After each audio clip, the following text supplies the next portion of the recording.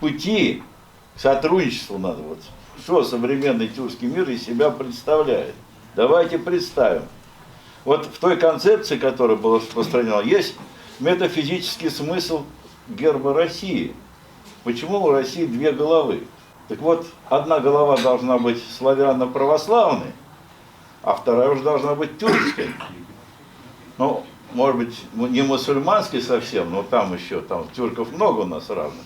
Но во всяком случае должна быть тюркской. Вот. Поэтому если, значит, птица только с одной головой, значит, у нас наполовину, значит, понимаете, эффективность пропадает в стране. У нас нету, действительно, сейчас многие граждане не ощущают себя гражданами России, понимаете? Она как бы родина, как бы чужая страна, понимаете? Вот в чем дело. А они должны ее чувствовать своей единственной страной, ради которой не жалко отдать свою жизнь. Эта возня насчет языка, которая сейчас возникает, она возникает не только между русскоязычным и тюркским народами, да, не только в Татарстане, где принимаются законы, которые действительно, ну, в общем-то, будем прямо, честно говорить другу, подавляют национальные, так сказать,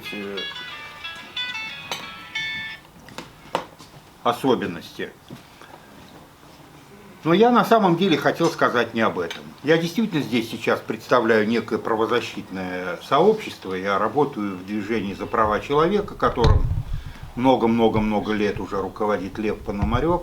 Вы многие, наверное, здесь знают, так сказать, следите, может быть, даже за делом, например, так называемой организации Хизбут Тахрир в России, которая почему-то в России признана террористической.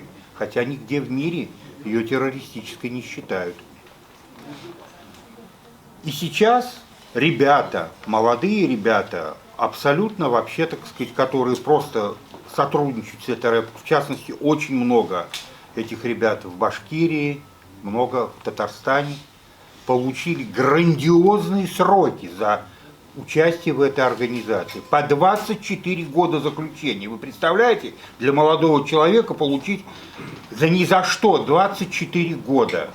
Это, ну как бы, это всю жизнь он там проведет, понимаете? Что из него будет?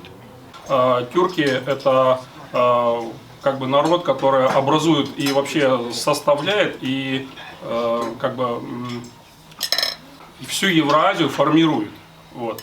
То есть и Россия как бы без тюркского народа, она не сможет ни развиваться, ни побеждать. Да? То есть, поэтому только в единстве тюркского народа, в его мощной демографической силе, которая, вот, например, сейчас выражается, если вы в Москву сейчас посмотрите, вот я присутствую на Федерации мигрантов, там иногда там на совещаниях, вот, допустим, киргизов в Москве 620 тысяч официально проживает. Вот они формируют, например, сейчас тюркское сообщество в Москве. У них есть киргизский конгресс мощный, у них огромное количество кафе, у них огромное количество организаций общественных возникло. И тюркским народам надо идти по этому пути.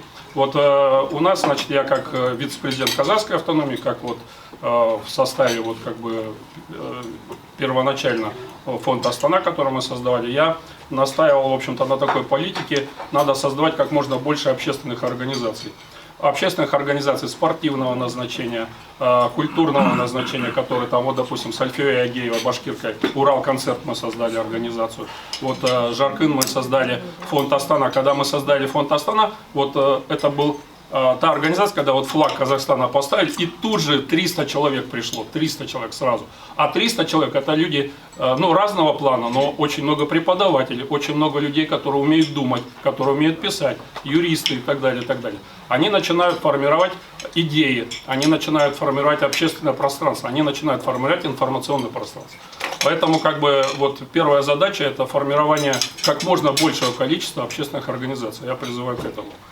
Эти организации в процессе своей эволюции, они начнут выдавать новые мысли, новых идейных лидеров, да, то есть которые, возможно, создавая уже агломераты этих организаций, вот, превращаются в конгрессы тюркских народов, в конгрессы киргизских народов, кыргызов, в ассамблее народов каких-то России, может быть, ассамблея тюркских народов России там, и так далее. Да? И вот эти ассоциации из этих общественных организаций, они имеют огромную силу, они уже и общественные советы при делах национальности, министерствах и так далее, они имеют голос.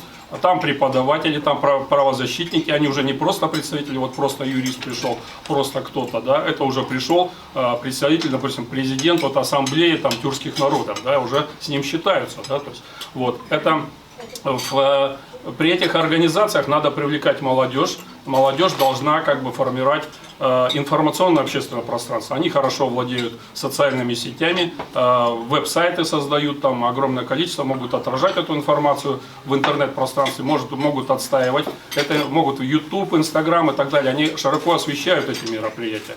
Когда появляется вот такое информационное поле, в котором любой из присутствующих членов организации может в этом открытом сайте, например, подать администратору сайта свою статью и разместить, например, на сайте соответственной организации.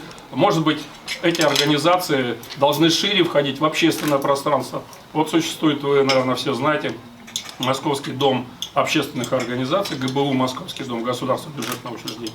Как только наши организации там заключили с ними соглашение, мы тут же получаем бесплатное помещение для аренды, бесплатную полиграфию, да, для своих Мы получаем доступ к сайтам правительства Москвы, где мы начинаем размещать свою информацию и шире представлять свое мнение. Поэтому как бы первое – это, собственно, развитие общественных организаций, их создание, привлечение спонсоров или просто людей, которые хотя бы могут небольшими финансами помочь этим организациям для того, чтобы их хотя бы поставить на ноги. То есть, ну, вот так вкратце я хотел бы сказать, вот, ну, если надо, я письменно все это изложу, да, то есть, вот, поэтому, так сказать, спасибо за внимание. Очень интересно было других докладчиков послушать, спасибо. Спасибо.